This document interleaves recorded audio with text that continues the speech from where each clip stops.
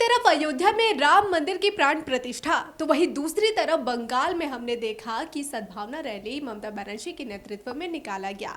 पहले से ही अंदाजा लगाया जा रहा था कि ममता बनर्जी प्राण प्रतिष्ठा और यहाँ तक कि पीएम मोदी को लेकर हमला बोलेंगी, लेकिन इसी के साथ इंडिया गठबंधन को लेकर उन्होंने मंच से बड़ी बात कह दी है। बिल्कुल, और देखा गया व्यूअर्स, जैसे कि माना जा रहा था कि आज इस जो कार्यक्रम उनका है तृणमूल कांग्रेस का, ममता बनर्जी पूरी तरह से आक्रमण करेंगे किनको, बीजेपी को या फिर राम मंदिर के इशू को, उस मामले में उन्होंने कहा।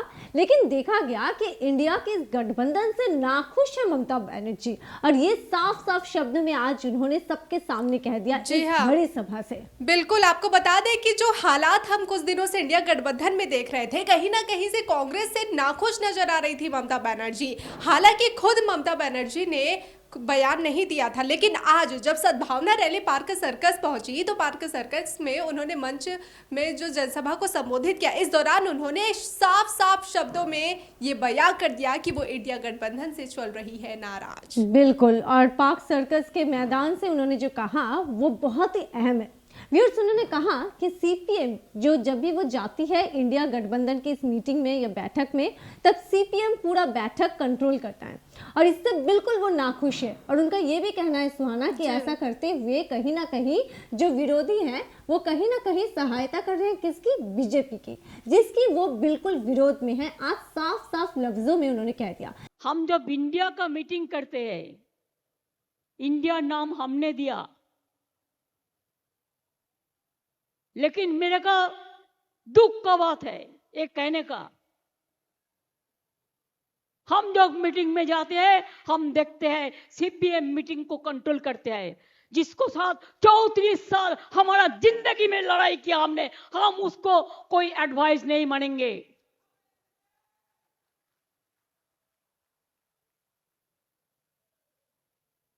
हमको बहुत असम्मान मिलते हैं, लेकिन तब भी जितना लीडर है रीजनल पार्टी को, मैंने क्या बोला, रीजनल पार्टी को इलेक्शन रीजनल पार्टी को ऊपर छोड़ दो, जो रीजनल पार्टी स्ट्रांग है, और 300 सीट में आप अकेला लड़ो, हम मदद कर देगा, हम आपका कोई सीट में हम नहीं लड़ेंगे। देखो सुहाना, हम लोग पहले से ये मानकर चल रहे थे कि अगर इंडिया का गठबंधन जो सामने आता है या गठबंधन होता है तो क्या होगा, तो प्रधानमंत्री पद के लिए ममता बनर्जी एक अलग ही चेहरा हो सकती है। उसका कारण क्या है, हमने देखा कि विभिन्न राज्य में जब भी इलेक्शन हुआ, विधानसभा चुनाव हुआ, उसमें सिर्फ और सिर्फ बंगाल ने ये दिखाया कि बीजेपी को हरा सकते हैं।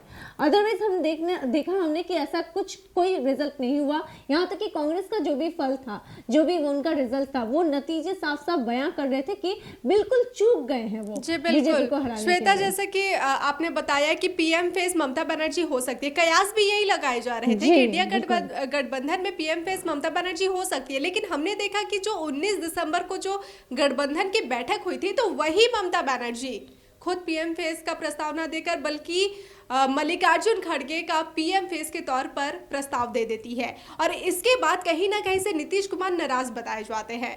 और इसी बीच जो हम देख रहे हैं कि बंगाल में ये जो इंडिया गठबंधन में जो ये फूट नजर आ रही है, ममता बनर्जी जो खासकर यहाँ पे अलग थलग दिख रही है, ये पूरा जो कनेक्शन है ये सीट शेयरिंग को लेकर है। जब इंडिया गठबंधन में सीट शेयरिंग का मुद्दा उठा तो सबसे ज्यादा पेचीदा जो स्थिति थी वो बंगाल की ही थी, क्योंकि बंगाल में हमने देखा था कि जो कांग्रेस है वो 8 से 10 लोकसभा सीटें चाहती थी टीएमसी से, लेकिन टीएमसी केवल 2 सीटों के लिए राजी हुई। हालांकि अधीर रंजन चौधरी ने कह दिया था कि वो भीख नहीं मांगेंगे, और इसी बीच ममता बनर्जी 2 दिन पहले ही ये साफ कह दी कि जो दो सीटों के लिए वो राजी हुई थी, वो 2 सीटें भी अब नहीं देना चाहती। उन्होंने कहा कि अगर उनकी पार्टी को इंडिया गठबंधन में तवज्जो नहीं दिया जाता है तो फिर वो अकेले ही स्वतंत्र होकर लोकसभा चुनाव बंगाल से लड़ेंगे। और इससे कहीं ना कहीं इसकी हिंट भी मिल रही थी। कैसे? अगर हम व्यूअर्स को याद दिला दे कि कुछ ही दिन पहले अभिषेक बनर्जी ने एक कमेंट किया था, और वो कमेंट उन्होंने एक्स हैंडल में किया था कि असम का जो रिजल्ट था, जो परिणाम वहां पर आए थे,